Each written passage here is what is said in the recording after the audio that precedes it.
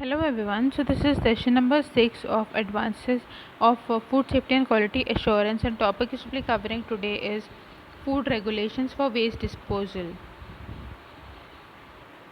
So talking about food waste management and prevention.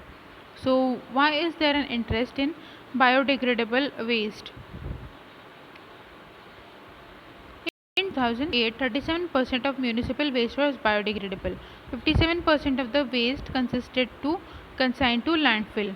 And according to European legislation, Waste Framework Directive and Landfill Directive are desired to be approach proactive in our approach. So water arisings in different regions. So in 1,66,627 tons have commercial and industrial waste generated within these regions in 2009. If 30% is biodegradable, 50% tons of biodegradable wastes are being landfilled. Priority waste streams. So from field to fork, significant energy and resources are used to produce, transform, and transport food. Lost resources and lost opportunities are the background to our prevention projects.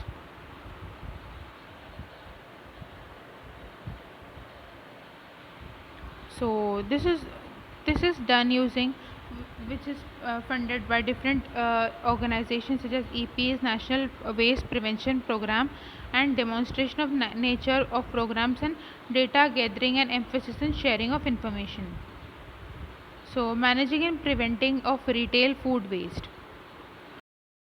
A regional shop center has footfall of 3 million per annum and strong food retailing to service industrial hinterland.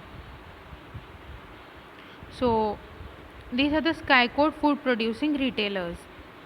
So this is the statistics of how much amount of waste is being generated as per the types such as cardboard, organic, paper, and plastic waste. So this can be segregated using different buckets such as plastic waste in one, biodegradable, and other liquid waste in one. So this is the compliance by tenants. So this is how the waste is generated. So 50% diversion from landfill to compost and subsequently risen to 22%. So the landfill compost was subsequently risen to 22% because of this practice. And significant cost savings and reduced need for compactors and better rate of collection for brown bins. So what are the lessons which I learned? So listen to tenants, work practice vary between retailers. Design a system that suits both facilities, management and retailers.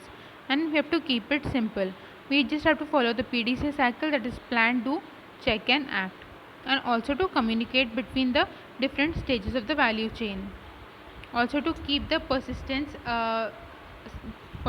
constant. So the second project was a prevention of food waste. So commenced new project 2009 with focus on event and tourism destinations. The segregation in place was shift in emphasis to encourage prevention. So there were different tourist places which were targeted, and combined visitors were 3 million in 2009. So the organic waste was the most, and followed by plastic, paper, cardboard, composites, glass, metal, other textiles, wood. So the composition of mixed waste was organic, dry, recyclable, and landfill. So the barriers to prevention was there was plastic waste and people around. So the prevention opportunities, there are still opportunities to prevention. And compostable product trials, there were different types of bins which were made, and which were segregated by the biodegradable, compost, non-biodegradable products. And there was a consistent approach made to have different kinds of bins of different colors, and different pictures were stuck on those bins so that people can easily identify and follow the practice. So these bins were called as brown bins. Before brown bins introduced, limited information on food waste was generated, and there were lack of ideas to prevent waste. Also, unnecessary concerns create barriers and time constraints such as kitchen staff in particular. That's all for this session. Thank you.